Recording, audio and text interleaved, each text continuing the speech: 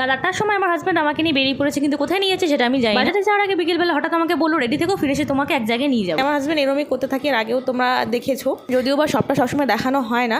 তো দেখো আজকেও সেম এরকম নিয়ে যাচ্ছে। আমি বারবার জিজ্ঞেস করেছি কোথায় নিয়ে যাচ্ছ, চুপচাপ বসে আছে, কোনো উত্তর দেয় না, পুরো বোবার মতো গেছি। আর আমার হাজব্যান্ড যখন কোনো সারপ্রাইজ দেয় না, তো উল্টো পাল্টা রাস্তা দিয়ে নিয়ে যায়, মানে যে রাস্তা ধরো আমি চিনি না, ধরো চেনা জায়গাতে নিয়ে যাচ্ছি, অথচ সেই রাস্তাটা আমি চিনি না। আর নলপুরে এমন অলিগলি প্রচুর রাস্তা রয়েছে। প্রথমে তো আমি কোনো রাস্তা বুঝতেই পারছি না, খালি আমাকে বলছে রাস্তা চিনতে পারছো। আমি বললাম না, আমার কিছু মাথায় ঢুকছে না, তুমি কোথায় নিয়ে যাচ্ছ।